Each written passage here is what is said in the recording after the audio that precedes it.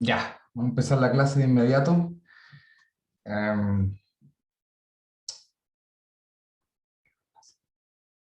Ya, ahí estamos. Y habíamos llegado a la conclusión, o sea, no a la conclusión. Habíamos dicho que, no, esto no es lo que les quería mostrar. Habíamos llegado a esto, a establecer que la ecuación para determinar el corte admisible en la albañilería era esta, un término que depende de la tensión de corte admisible de la albañilería, más un término dependiente de la carga axial que tenga. Y esto limitado a este término, 0,35 veces tau m AMB. Y que eso implica, y esto es muy importante entenderlo, un factor de seguridad que es alrededor de 2 veces. O sea, alrededor de 2. Un factor de seguridad de 2. El que nos estaría dando este término. Dicho eso, entonces, ahora, habíamos dicho que esta es la admisible de la albañilería y que en el diseño no tomábamos en cuenta los pilares, excepto que los incluimos como área nomás, pero como si fuesen de albañilería. Luego, diseño al corte de los elementos de confinamiento ante la acción contenida en el plano. Entonces, este diseño está orientado a determinar la dimensión de la sección transversal del hormigón, cuál es el tamaño y el ancho de los pilares, y la armadura transversal, los estribos en las zonas críticas, llamámoslo como una zona crítica. Zonas ubicadas a lo largo del pilar o de la cadena por donde penetra la grieta, diagonal que se produce en el paño de albañilería. Como ya habíamos dicho, una vez que se agota la capacidad de la albañilería, también la grieta empieza a entrar al elemento de hormigón. ¿Se fijan? En este caso empezó por este lado, y en la otra dirección probablemente en este ensayo falta el contraciclo y sucedería lo mismo. Pero como ya están viendo, en general las grietas entran a la columna en sus extremos, en esta configuración. Si me disculpan un segundo.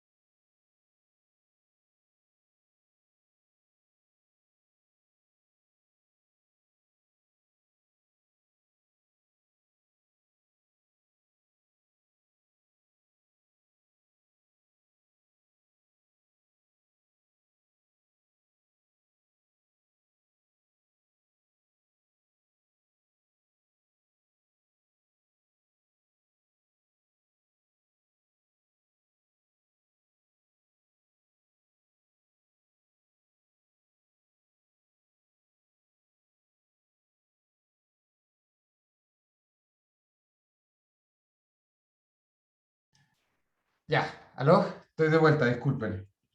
Era mi abuela, ya con la edad que tiene, uno nunca sabe. Ya, pero no pasó nada. ¿Qué estábamos diciendo a todo esto? Que yo creo que la grieta entra en la columna, ¿cierto? Sí. Ya, eso, así, muy importante. Entonces, ¿cuáles son las zonas críticas? Las zonas críticas son aquellas en donde potencialmente puede entrar la grieta, ¿cierto? Ahora, si bien, como ustedes lo ven bien acá, la zona, en verdad, puede entrar por el pilar, pero también podría darse el caso que la fisura haga esto. Nada le impediría entrar por las cadenas. Si bien eso es verdad, en general, o sea, también es parte de la zona crítica, en general, las grietas sí entran a los pilares. Sobre todo porque la mayoría de las veces acá a este nivel tenemos, por ejemplo, las losas. Entonces las losas aportan a la resistencia al corte en esta zona. Y por eso normalmente entran las grietas más bien hacia los pilares. Es un dato de la causa. Ahora, la zona crítica, como definición, es toda esta sección acá. En el nudo donde se encuentra la cadena con el pilar, independientemente de por dónde entre la grieta. Ahora, este es el caso más obvio y más sencillo, un muro completo. Pero ¿qué pasa cuando tenemos este tipo de configuraciones? Ya vimos, y esto lo vimos en las fotos que analizamos, que en este tipo de configuración, por un lado, se nos generan grietas. En esta dirección están bastante fáciles. Pero en el contraciclo, la grieta, como acá tiene está confinado, o está a tope, este pilar, la grieta entra a este nivel, y no acá abajo. ¿Se fijan? Entonces, ¿qué es lo que sería la zona crítica en esta configuración? Obviamente, esta y esta, y no esta. Esta no vendría a ser una zona crítica. Entonces, ¿por qué es tan importante esta definición? Porque son ustedes, como diseñadores, que tienen que definir dónde está la zona crítica, y según eso, aplicar las limitaciones de la norma, que ya vamos a ver cuáles son. Entonces, ¿qué pasó? Por otro lado, el aplastamiento del concreto, el pandeo o fractura del refuerzo longitudinal del pilar y el aplastamiento de la albañilería son los factores que causan la degradación de resistencia de los muros de albañilería confinada. Y las zonas críticas se ubican ahí donde se genere el máximo corte y por donde se vaya formando la grieta. Entonces, ¿cuál es el criterio de diseño de esto? Evitar que se produzca un estado límite de colapso. Para ello, los elementos de confinamiento deben, de la columna, obviamente, de los pilares, deben diseñarse de modo que no se propaguen las grietas del paño de la albañilería en las zonas críticas de estos elementos. O sea, que no se propaguen o lo más lento posible en estas zonas, en las zonas críticas. Así, las zonas críticas deben ser capaces de resistir la carga de agrietamiento diagonal del paño de la albañilería que confinan. Entonces, ¿qué significa esto? Que a este nivel estamos alcanzando el agrietamiento diagonal, pero que al menos podamos mantener la carga y limitar el daño en todo este desplazamiento. De más o menos ya a partir de este punto ya estamos viendo también daño en las zonas críticas, pero ojalá tener una sobre resistencia, una sobrecapacidad de desplazamiento en el que todavía las zonas críticas se mantengan sin daño. Es el truco para generar mayor ductilidad, en el fondo. Entonces, ese es un poco el contexto, y eso es lo que queremos lograr. Entonces, ¿cómo lo hacemos? Luego, para determinar las fuerzas de corte solicitantes en las zonas críticas de los pilares de confinamiento, una vez que se produce el agrietamiento diagonal, se acepta el mecanismo de falla mostrado en la figura. ¿Qué es lo que estamos viendo? ¿Cuál es el mecanismo de falla? Vemos que tenemos un corte en el pilar y un corte acá. ¿Qué pasó con el corte de la albañilería?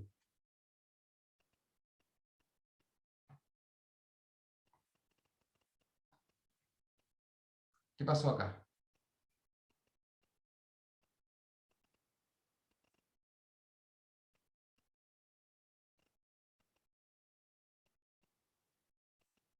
¿Qué pasó con nuestro corte de albañilería?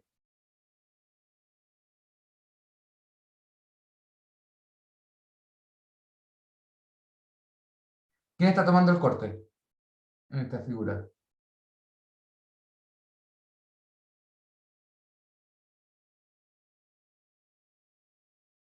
Bueno, como lo muestra la figura, lo está tomando este pilar y este pilar. Pero el corte de la albañilería ya lo tenemos, ya lo perdimos. Ya, la albañilería ya se agrietó. Ya no tiene más capacidad de tomar corte. La perdió. Entonces, ¿quién tiene que suplir esta capacidad? Los dos pilares. Entonces, si se desprecia la contribución de la fricción a lo largo de la grieta, porque obviamente por trabazón, en teoría el muro algo de carga podría tomar, pero lo estamos despreciando. Entonces, se desprecia la contribución de la fricción a lo largo de la grieta, por equilibrio se cumple que el corte que tenemos aplicado acá es igual a 2 veces cada uno, lo que nos aporta cada uno de estos pilares, porque ya perdimos la albañilería. Y eso obviamente es equivalente, nosotros habíamos dicho, habíamos diseñado que el corte, esto ya lo habíamos diseñado, es igual a B de agrietamiento, que es parecido al valor admisible, obviamente. ¿Se entiende? Entonces, 2, y eso por ende también es igual a 2 veces BP. Por ende, de esto resulta que el corte de cada pilar tiene que ser la mitad del B de agrietamiento, del corte de agrietamiento, dividido, porque pasé el 2 a este lado, dividido 2. Y el B de agrietamiento dividido 2 es aproximadamente, obviamente, el B, el corte admisible que nos entrega la NSH 2123. Entonces, en el fondo, cada uno de los pilares tiene que ser capaces de resistir el corte del hormigón, o sea, del paño. Cada una de las columnas.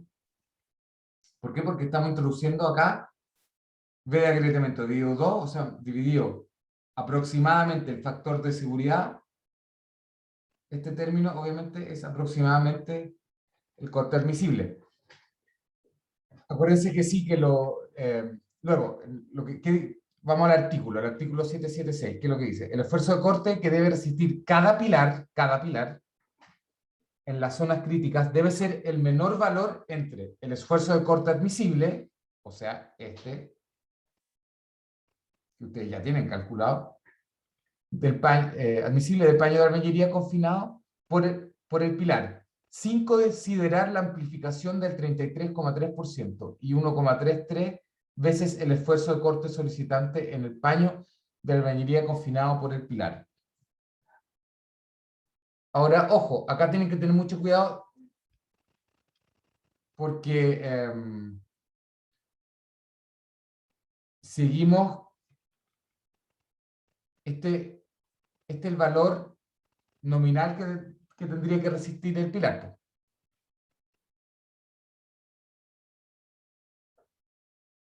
Entonces, luego, el diseño del corte de una zona crítica se realiza con las disposiciones del diseño de la rotura de los elementos de hormigón armado. O sea, una vez que ustedes ya tienen esto, pueden ir a diseñar con la ASI 318, considerando que el estado que se analiza corresponde a un estado límite de resistencia del muro. De resistencia, por eso, a eso me refería, que este es la carga nominal de diseño. O sea, ustedes pasan a un diseño tipo LRFD, acá. De acuerdo con las ecuaciones recomendadas por la norma NSH 2123, el diseño se realiza aceptando que la falla en la zona crítica es por tracción diagonal. O sea, estamos partiendo de la base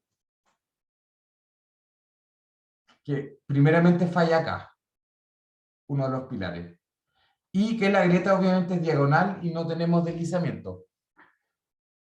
No tenemos este tipo de falla, una falla por cisalle.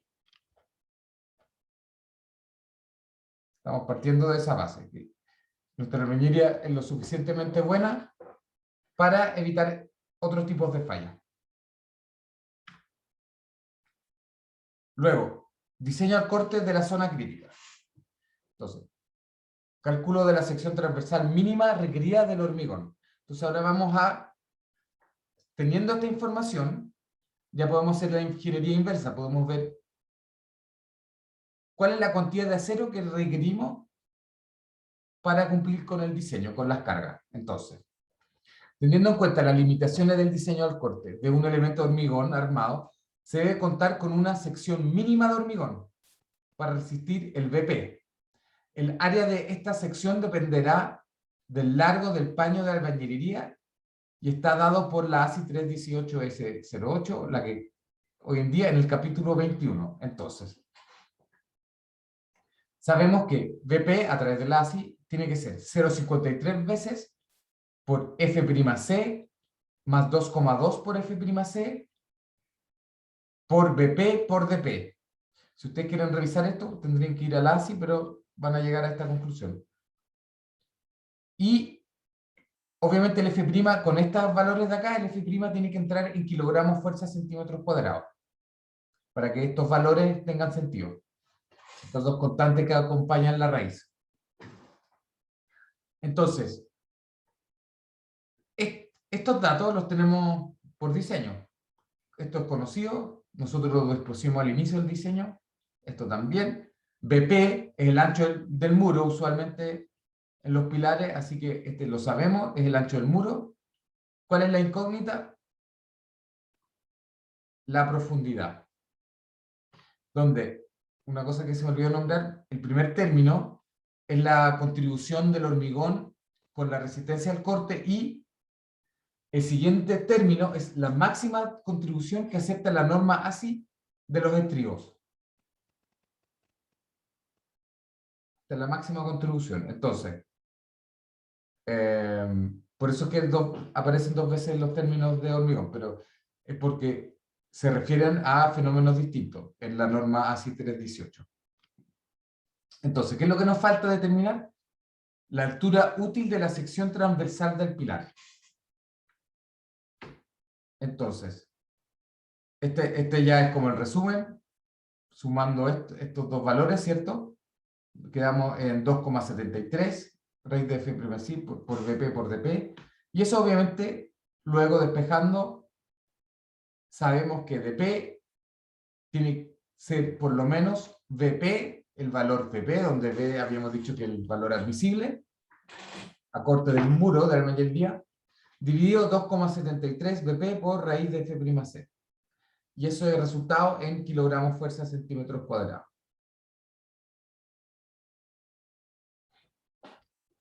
Entonces, si el recubrimiento de la armadura longitudinal del pilar es RP, la altura mínima, porque este era el DP, la altura mínima del pilar es obviamente este término, pero más el recubrimiento.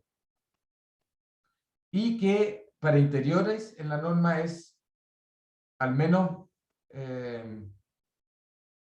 disculpen, RP, esto no lo he dicho, lo digo más, RP, creo que mínimo en los interiores es 2 centímetros, si no me equivoco, y 3 centímetros. Esto creo que es interiores. Tienen que sumarle obviamente también el diámetro del estribo. Interiores y exteriores, si no me equivoco. ¿Quién especifica cuál es el RP? Los RP mínimos, los recubrimientos mínimos. ¿El decreto 60? Exactamente. Muy bien. El decreto 60, acá está la información. Tienen que ver en qué caso están y ver cuál es el recubrimiento mínimo que le tienen que dar a vuestro elemento. Depende un poco de la condición en qué condición ambiental está el elemento. Si es exterior, interior y otra, si es por ejemplo en zonas con ambiente corrosivo, tipo zonas costeras o algo industrial, entonces ahí tienen que ver en qué caso cae. Pero, y esto ojo, y esto lo dice la norma 21-23, mínimo 20 centímetros. O sea, si este valor les da menos de 20, se tienen que quedar con 20. Porque 20 es la altura mínima de las cadenas y los pilares, según la norma 21-23.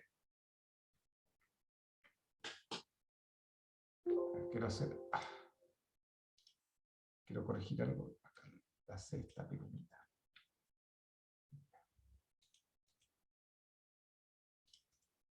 Ya, perfecto. Y ahora, eso. Entonces, primero que nada, entonces, ¿qué hicimos? Determinamos la altura mínima del pilar o de la cadena. Después, determinada la altura del pilar, la cuantía de estribos de una zona crítica se determina con la expresión recomendada de nuevo, por la norma ASI 318. Entonces, nosotros sabemos, por diseño de hormigón, que nuestra capacidad resistencia al corte es la capacidad de resistencia del hormigón al corte más la contribución que tenemos de nuestros estribos. Entonces, hormigón, estribos, donde el hormigón se calcula de esta forma, los 0,53 veces raíz de F'C, Vp, dp, y el estribo es sigma i por ASP por dp dividido el espaciamiento entre estribos. Y ya sabemos que dp es el HP que habíamos calculado menos RP.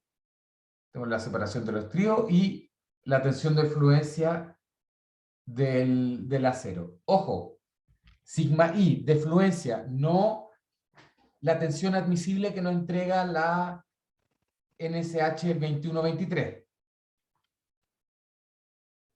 Esto es no el F, ¿se acuerdan? El FS, la tensión admisible del acero entregada por la 21-23.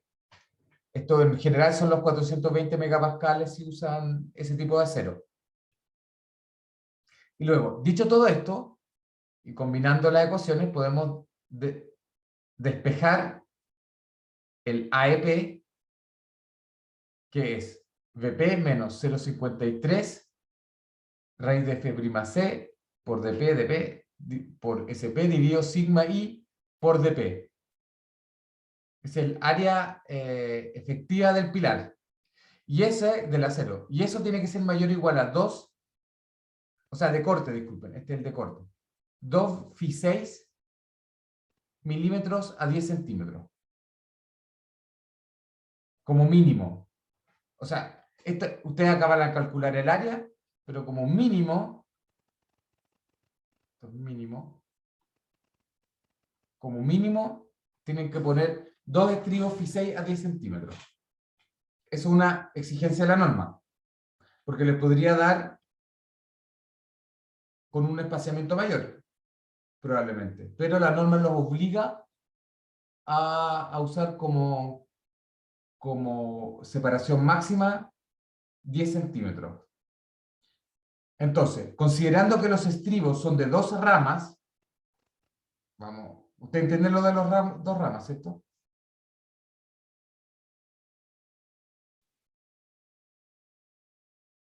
Los pilares en general terminan siendo algo así, ¿cierto? 14 por 20. Con las 4 barras longitudinales acá. Y los estribos normalmente se ponen así. ¿Estamos de acuerdo? Así alrededor. Y acá con los ganchos. Y así es como queda trabado, ¿cierto? Entonces, ¿qué significa que tenga 2 ramas? Tenemos un Fi 6 acá y un Fi 6 a este lado también. Entonces, por eso son 2 ramas. Uno es la barra por 2. Entonces, considerando que generalmente son 2 ramas, despejando, ustedes van a llegar a la conclusión que el diámetro del estribo que ustedes necesitan es igual a raíz de 2 veces al AEP que ustedes calcularon dividido pi. entra un 2. ¿Por qué 2?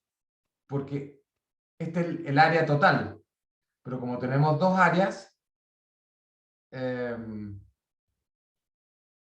podemos dividir por 2.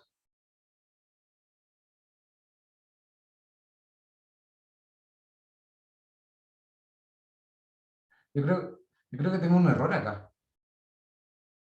¿Están de acuerdo, no? Primera vez que alguien me dice algo y me doy cuenta. Creo que acá es dividido 2. Lo voy a revisar ya para la próxima. Es dividido porque son 2 veces el área que yo requiero. Porque yo tengo que pi es mi área de la barra, ¿cierto? Por... Ah, no, se netea, disculpen, está bien. Phi 6. Ah, no, Phi 6. Hagámoslo rápido, para salir de duda. ¿De dónde sale esto? Sale de acá. Dividido 2, ¿estamos de acuerdo? Raíz de 2, pero son 2 barras. Es igual a AEP. Y estos son 4, queda pi, pi. Esto eran 4 dividido 2. No estaba bien. No dije nada. Y despejando el 2 hacia acá, queda 2 AEP dividido pi la raíz. Ya está bien. Está bien, está bien. Eso. Ahora, lo que sí les quería preguntar es, ¿por qué la norma define como mínimo, ¿por qué la norma define como mínimo 10 centímetros? Ya lo conversamos una vez. ¿Por qué?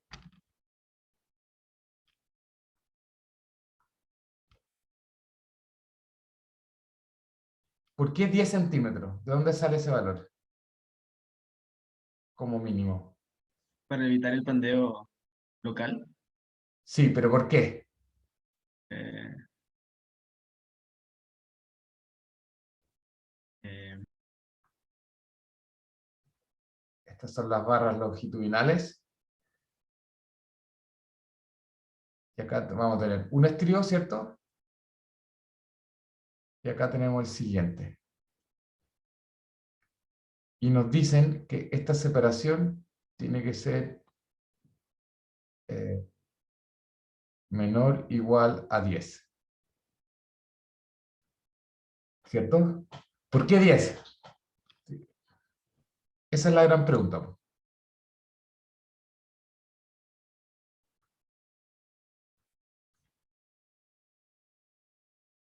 Porque si estos son, dijimos que esto generalmente es 20, ¿cierto? 20 centímetros.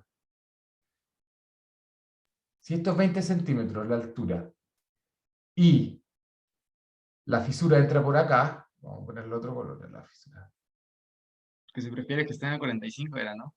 Exacto. Sí, sí, exacto. Yo lo voy a hablar. No, el amarillo no se va a ver bien.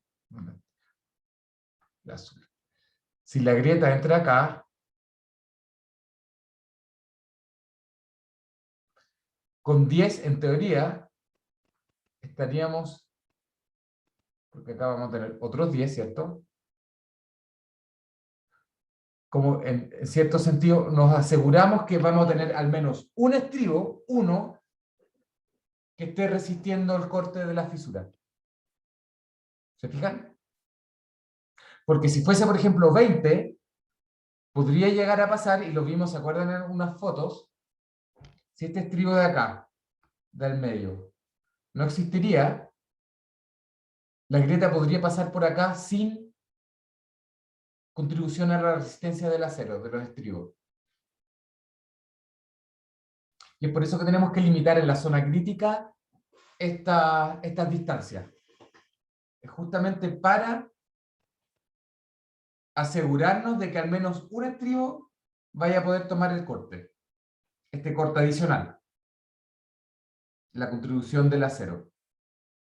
Porque nada nos sirve hacer este cálculo si pues están tan separados los estribos que la fisura no pasa por medio de un estribo. Entonces, este estribo intermedio nos va a coser, en el peor de los casos, al menos vamos a tener uno. Esa es la razón de los 10 centímetros. Bueno, respecto a lo que habíamos conversado, acá está. Entonces, los recubrimientos, ¿cómo los consideramos? Este es un resumen, esto no es todo lo que dice el decreto 60, esto es más bien el resumen aplicable a albañilería.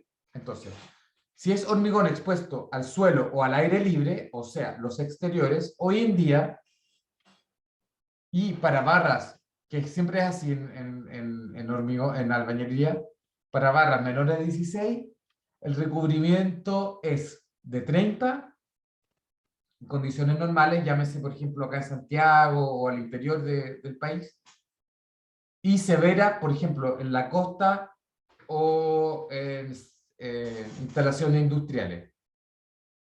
Entonces, 30 a 40 para los exteriores.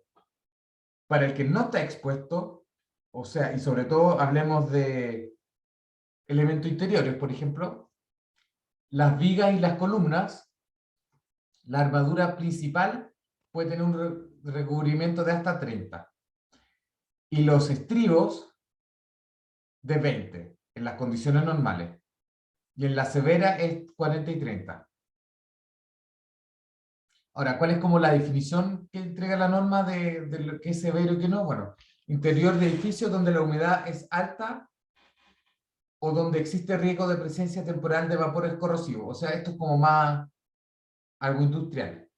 Y condiciones atmosféricas industriales o marítimas corrosivas. O sea, más bien la costa. Ustedes más bien siempre van a estar ligados tal vez a este concepto porque albañilería en zonas industriales yo creo que cada vez se usa menos. Sí, obviamente, si ustedes construyen la costa, ustedes van a estar expuestos a estas condiciones. Entonces, nota, el recubrimiento se mide desde la superficie del hormigón hasta la superficie exterior del acero, que en el caso de tener estribos es el estribo, no hasta la armadura longitudinal. Yéndonos atrás,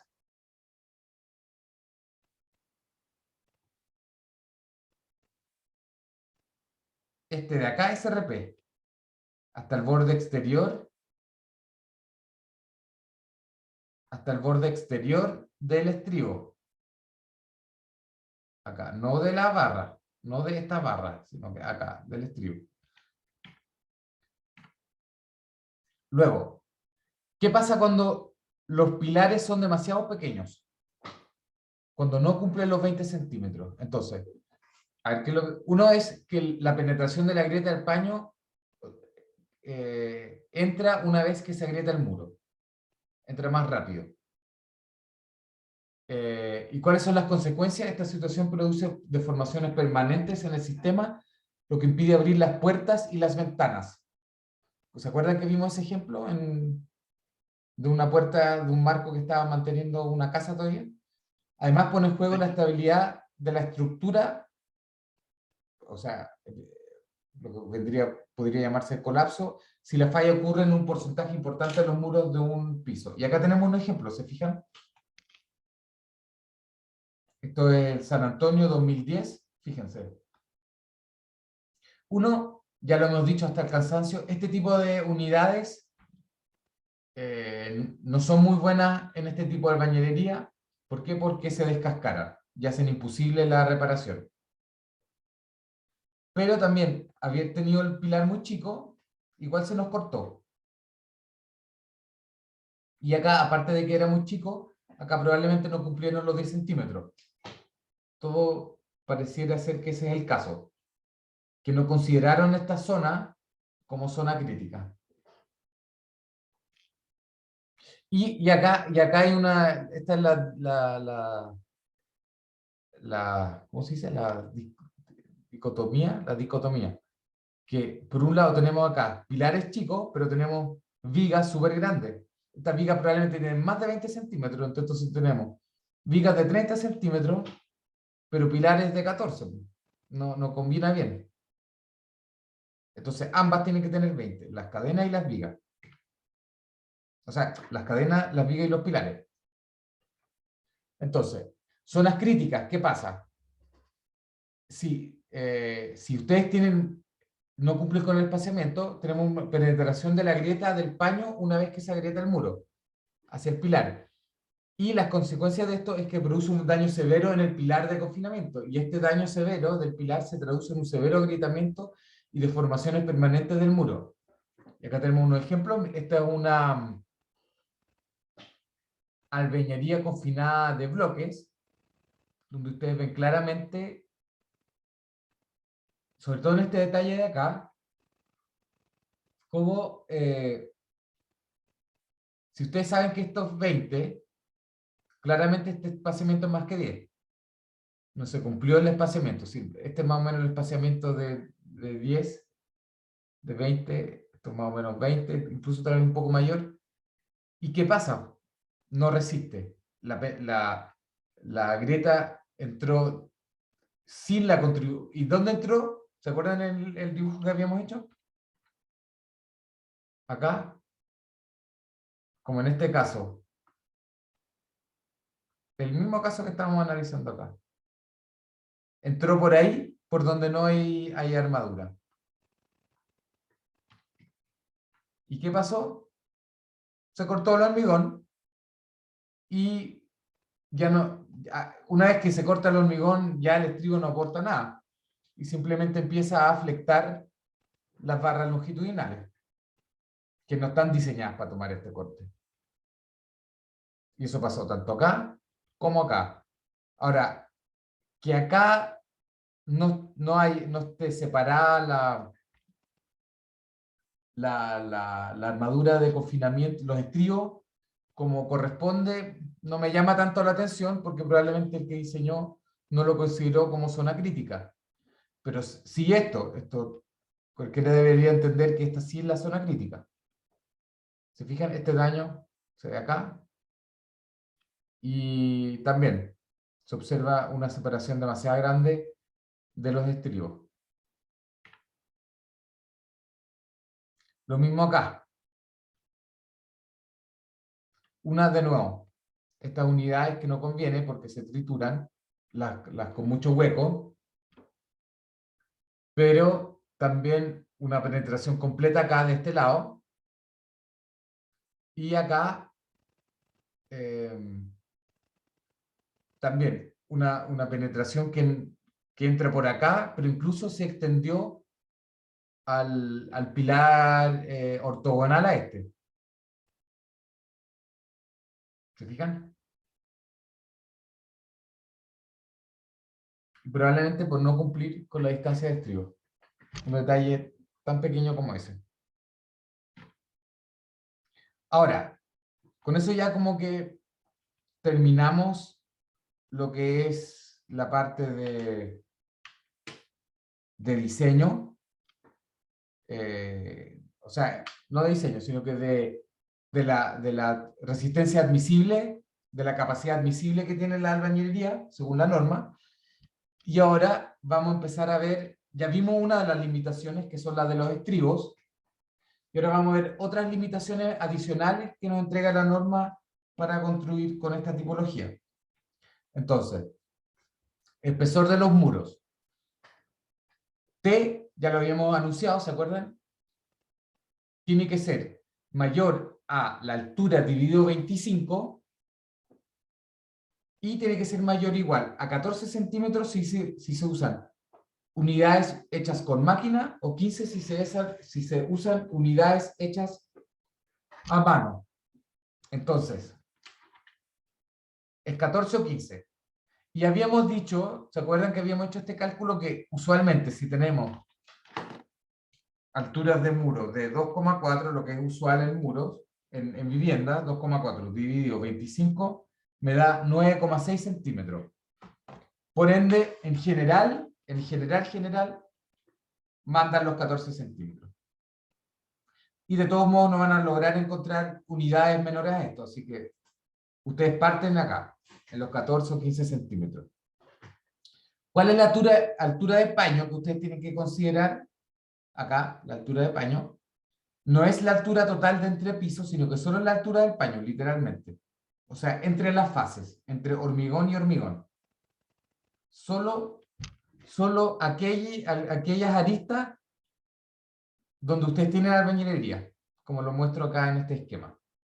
Entonces, esa es la primera limitación de diseño, no relacionada con el muro ni los pilares. Tienen que cumplir eso. Luego, ¿qué más tenemos? Ya lo habíamos anunciado también. La dimensión máxima de paños. Entonces, las dimensiones de un paño de albañilería quedan determinadas por la resistencia entre los ejes de sus elementos de confinamiento, pilares y cadenas. Entonces, acá foco en ejes de sus elementos. El área de la dimensión del paño debe ser, el L por H, tiene que ser menor o igual a 12,5 metros cuadrados. Pero de todos modos, L, los pilares, no pueden estar separados a más de 6 metros. O sea que esto tiene que ser menor o igual a 6 metros.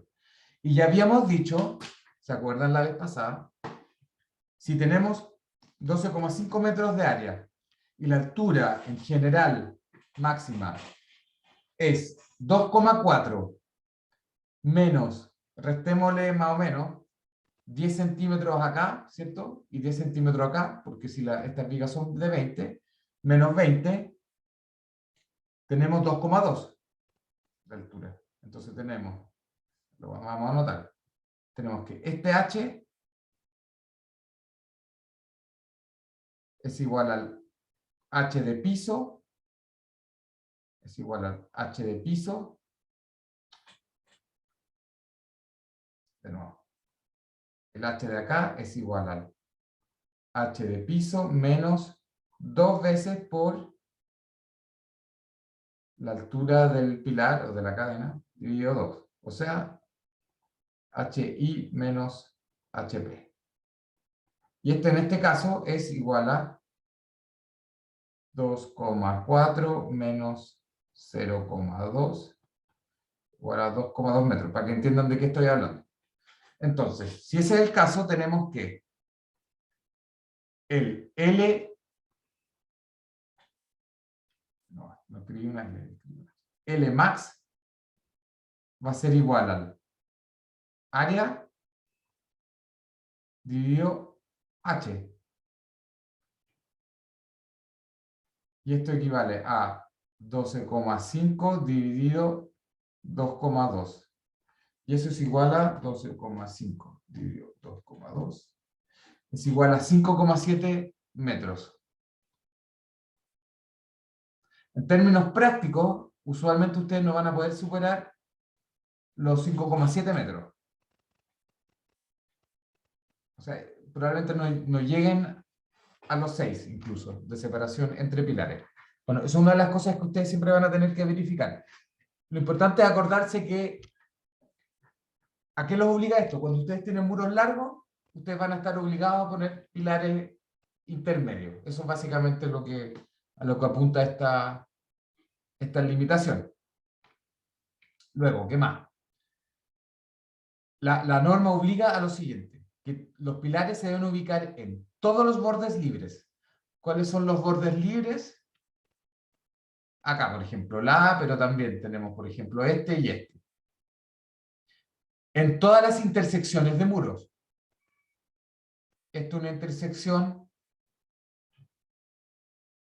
esto es una intersección, esto es una intersección. Y en el interior del paño de albañilería para cumplir con las restricciones que habíamos visto anteriormente. La 732. Bueno, ustedes no me ven el dedo. Acá, la 732. O sea, también este y este. Esta era la punta y esto es un encuentro de muro. Así que más o menos, esto, si esta fuese una planta, más o menos esta sería la configuración de dónde ustedes tienen que poner los pilares. Ahora, por ejemplo, esto es un esquema, ¿cierto? Probablemente yo hubiese puesto, si esto tiene, no sé, 8 metros, lo pongo a 4, yo lo centraría un poco. Esto lo hubiese dejado más acá, pero eso soy yo, eso depende un poco del calculista, ¿se fijan? Tal vez lo podríamos haber centrado un poco más, al igual que este. Eso, y obviamente, pero ya lo vamos a hablar, en los pilares, o sea, en las aberturas, ya lo vamos a ver. Entonces, ¿dónde se ubican las cadenas? ¿Qué es lo que dice la norma? Dice que a nivel de la techumbre y de los pisos, los cimientos y los sobrecimientos del hormigón desempeñan la función de una cadena también, que es algo que ustedes han consultado anteriormente. Así que en el fondo el sobrecimiento de la fundación viene a ser una cadena también, aunque en términos prácticos, pero en términos de lenguaje al menos no lo llamamos cadena, en ese caso lo vamos a llamar sobrecimiento. En el interior de un paño de albañilería para cumplir con las restricciones 732. En el borde superior de todo piñón, piñón le llaman a lo que yo llamo antepecho, de todo piñón, antetecho también se les dice, esto tiene mucho nombre, pero nos estamos refiriendo a esto. Antetecho o saliente, pretiles, también se le llaman pretiles, que sobrepase el nivel del cielo del último piso, o sea, estamos hablando de este elemento de acá. O por ejemplo, en el caso de casas con techo en aguas, esto también podríamos ya, aunque tiene otro nombre, que lo vamos a ver ahora. Para completar el triángulo, en el caso de una cadena formada por dos tramos inclinados, esto en inglés se llama gable, yo no sé si tiene un buen nombre en español. Esto es un gable en inglés. Gable. Tramos inclinados cuando la desviación de cualquier de los tramos medida con respecto a la base del triángulo es superior a 15 grados. O sea, si este ángulo es mayor a 15 grados, entonces también estamos obligados a poner esta cadena inclinada. ¿Se fijan? Ahora, ¿cuál es mi... A ver, ¿cuál es mi comentario respecto a esto? Si el, aunque el ángulo... A ver, aunque el ángulo sea menor que 15, digamos algo así, yo igual pondría la cadena. Esa es la verdad de las cosas, por un tema de seguridad. Y además de eso, si el ángulo es muy chico, puede que a ustedes no les convenga hacer esta área de acá con albañilería, puede que sea tan poco el material que es más fácil hacerlo de una vez completamente en hormigón. Esa es la otra opción. Así que si el área que resulta de tener una inclinación menor a 15 grados resulta ser muy chica, bueno, tienen que pensar, o lo hago todo de hormigón, pero igual siempre les recomiendo poner las cadenas. Si no ponen las cadenas, por último caso, pongan algunas armaduras verticales que les ayude con la resistencia fuera del plano. Ya, eso con respecto a las cadenas. ¿Qué más? Refuerzo de las aberturas, que era el caso que vimos acá anteriormente, que es este caso. ¿Qué pasa acá, en el caso que tengamos ventanas, por ejemplo, grandes? En abertura, los refuerzos de las aberturas deben ser elementos de hormigón armado, o sea, estamos obligados a poner pilares, o armaduras incluidas en los huecos de las unidades y en las juntas horizontales del mortero.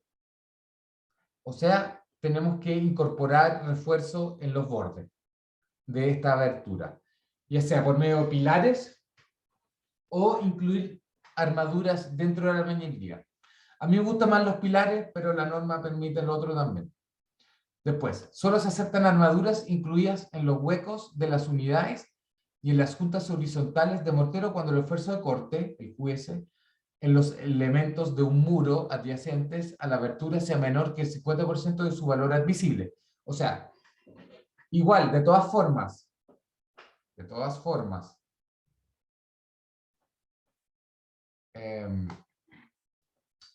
armaduras incluidas solo se permite si el corte solicitante es menor a la mitad del corte admisible.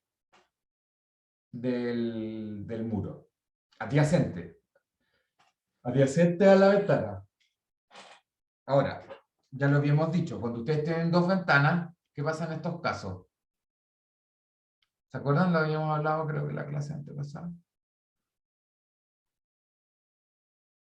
Digamos, esto de albañilería, esto de albañilería y esto de albañilería. En este caso, ustedes tienen que hacer las comprobaciones para el muro 1 y para el muro 2 por separado.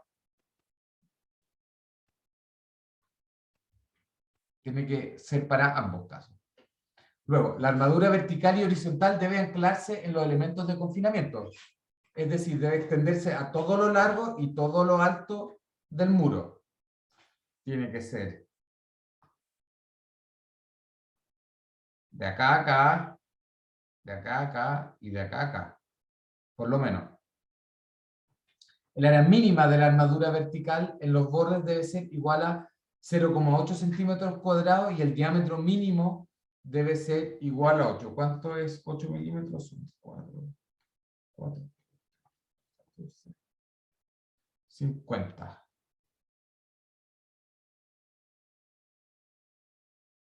No, yo estoy mal, pues son 4 milímetros. Entonces son 0. Por 3.14, 0,5. Con un solo fiocho, vamos a anotarlo acá, un fiocho tiene igual aproximadamente a 0,5 centímetros cuadrados. ¿Qué significa eso? Que si usan fiocho necesitan más de uno. Entonces, mínimo necesitan un Fi10. 5 por 5. El Fi10 es redondeado, da 0,8. Así que pueden usar un Fi10. Si es que solo quieren usar una armadura acá dentro de las unidades de albañilería. Y lo mismo, el área mínima de la armadura horizontal debe ser igual a 0,5. Bueno, ahí ustedes sí lo cumplen con un Fi8, pero como es horizontal, probablemente les salga mejor poner dos armaduras Fi6, por ejemplo. Pero bueno, podrían hacerlo con un Fi8. Ya, ¿qué más? Limitaciones. ¿Cómo vamos a reforzar la abertura? Seguimos lo mismo. Entonces, habíamos dicho que tenemos que poner acá, al menos, una armadura Fi8 o algo que sea mayor a 0,8 centímetros cuadrados. Y horizontalmente tiene que ser 0,5. Y acá la idea es, ojalá, dejarlo anclado también a los pilares, que pase de lado a lado.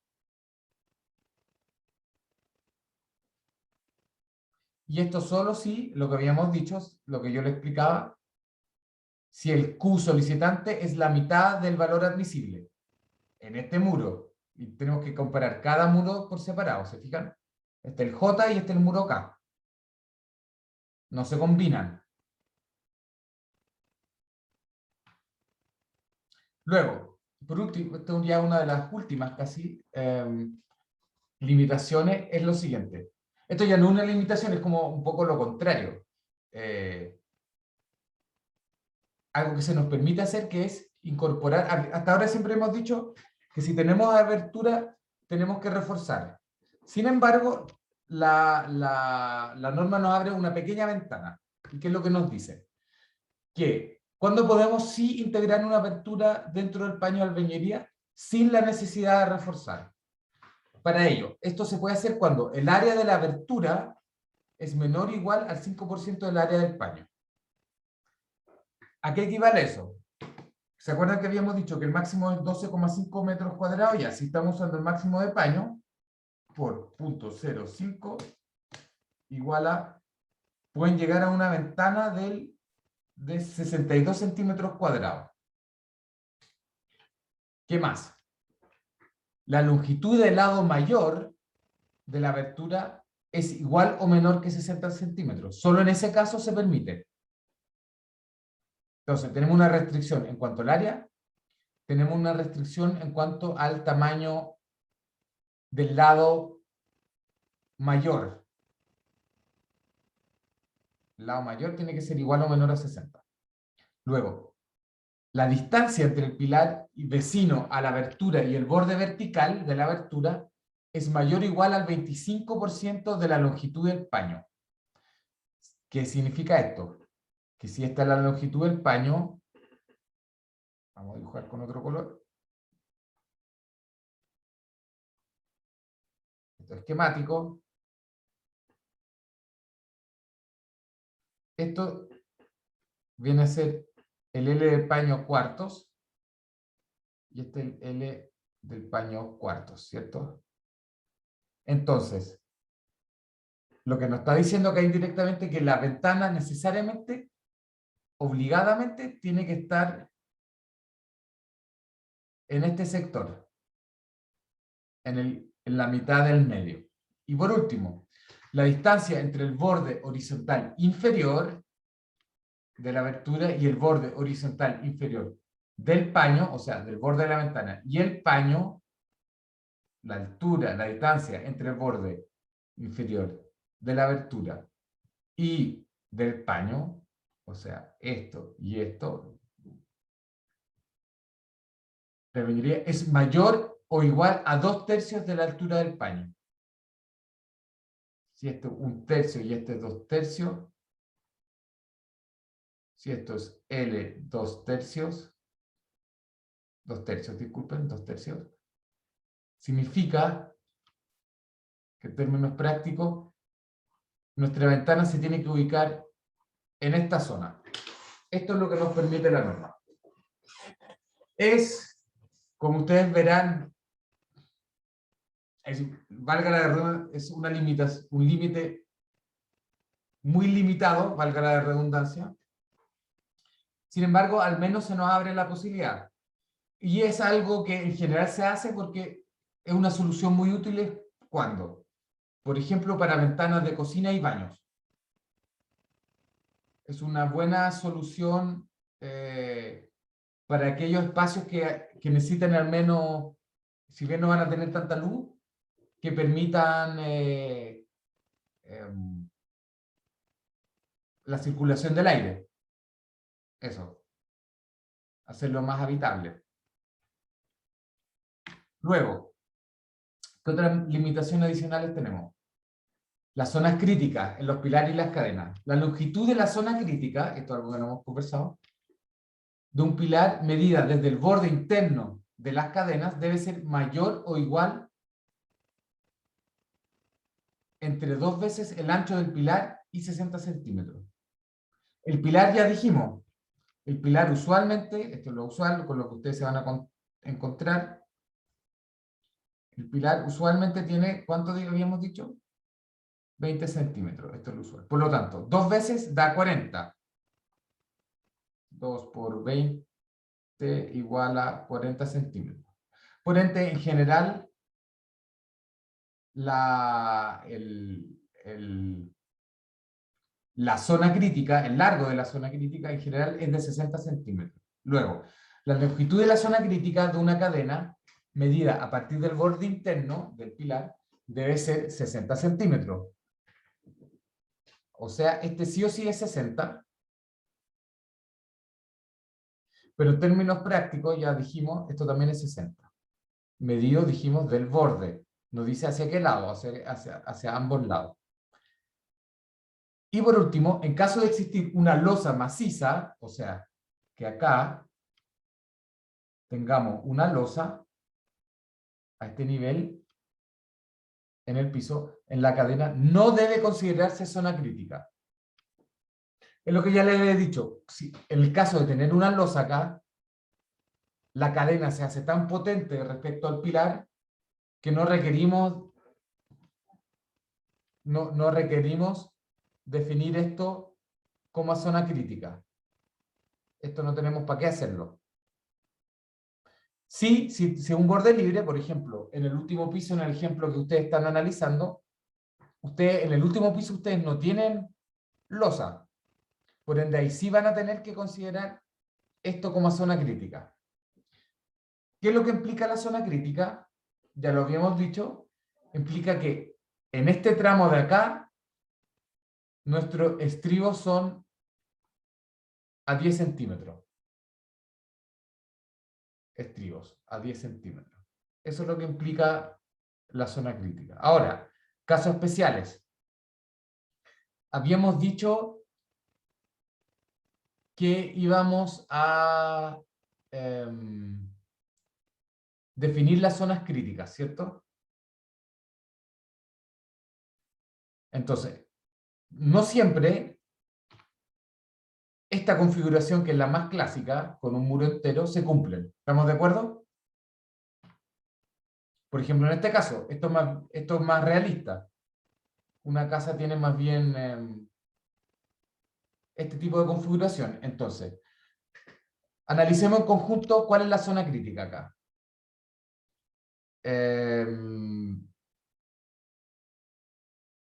¿Esto es una zona crítica? Sí, Sí, Sí, estamos de acuerdo. ¿Esto es una zona crítica? sí, Sí.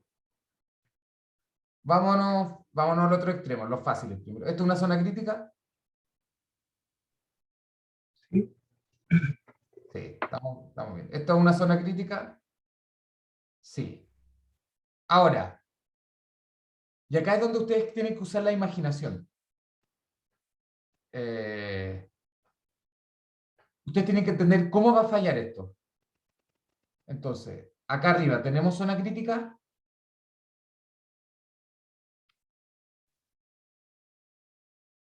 yo diría que más crítica es la que está en la intersección del pilar y la... Ahí.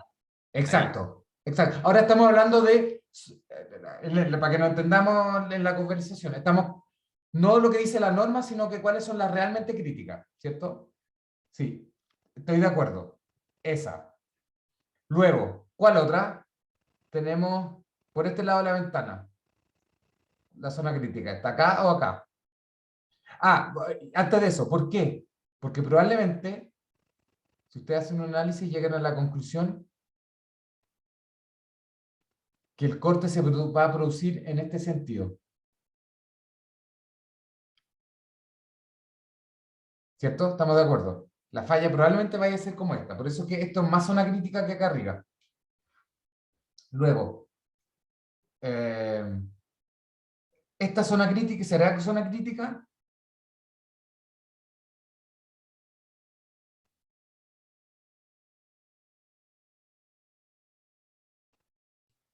Sí, yo diría que sí. Pero, y ahí, ojo, ¿qué va a pasar con esta fisura de acá? Va a empezar por acá. Acá yo veo que podría tomar dos caminos. Es un poco difícil de evaluarlo de antemano, pero probablemente haga esto, haga esto, aunque esto lo veo difícil, esta yo la descartaría. O haga algo así, ¿cierto?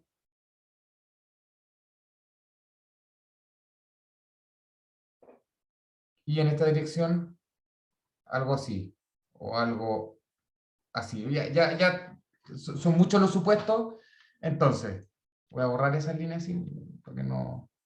Entonces, recupera, habiendo dicho todo eso, ¿qué es lo que yo había propuesto inicialmente? Sí, check, check, obviamente este sí, check, este sí, aunque es difícil ver cómo se va a ir la grieta, más que acá, esto podría ser zona crítica, esto claramente, esto claramente. ¿Dónde más podría haber sido zona crítica? Acá. ¿Y por qué? Porque también la fisura, si esto se comporta como un muro corto, podría haber hecho esto. ¿Cierto? Ahora, la norma, y ahora vamos a la norma. Ojo, estas son las zonas que nosotros consideramos las más, a ver, de lo que estábamos conversando, las más críticas, las más probables que se activen, ¿cierto? Pero, normativamente, que es lo que nos decía la norma. Zona de un pilar, la longitud de la zona crítica de un pilar medida desde el borde interno de las cadenas debe ser mayor o igual. Nos obliga, igual la norma, a colocarlos también en todos estos otros puntos. ¿Se fijan? Aunque podríamos haber considerado que tal vez no es necesario.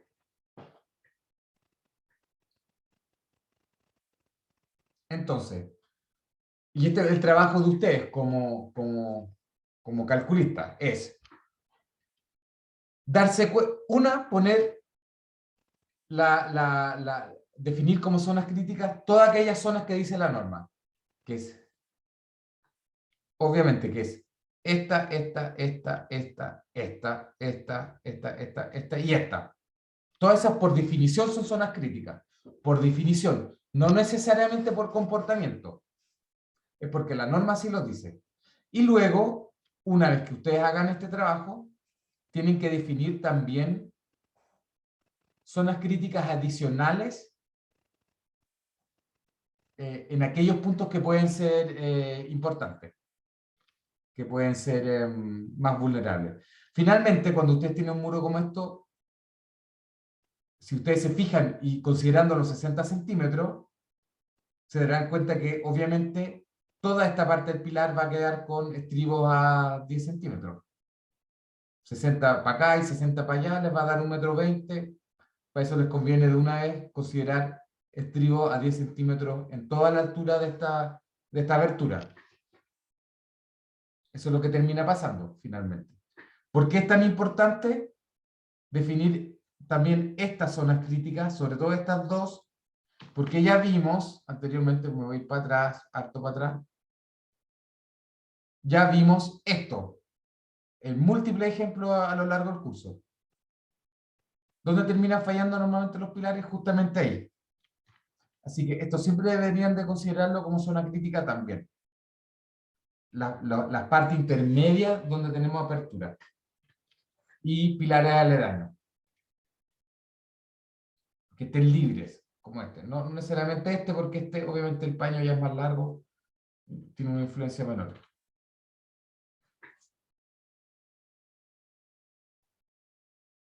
Ya. Con eso vamos a dejar la clase de hoy hasta acá. Con eso nos despedimos, ya son las 1:30. Voy a dejar de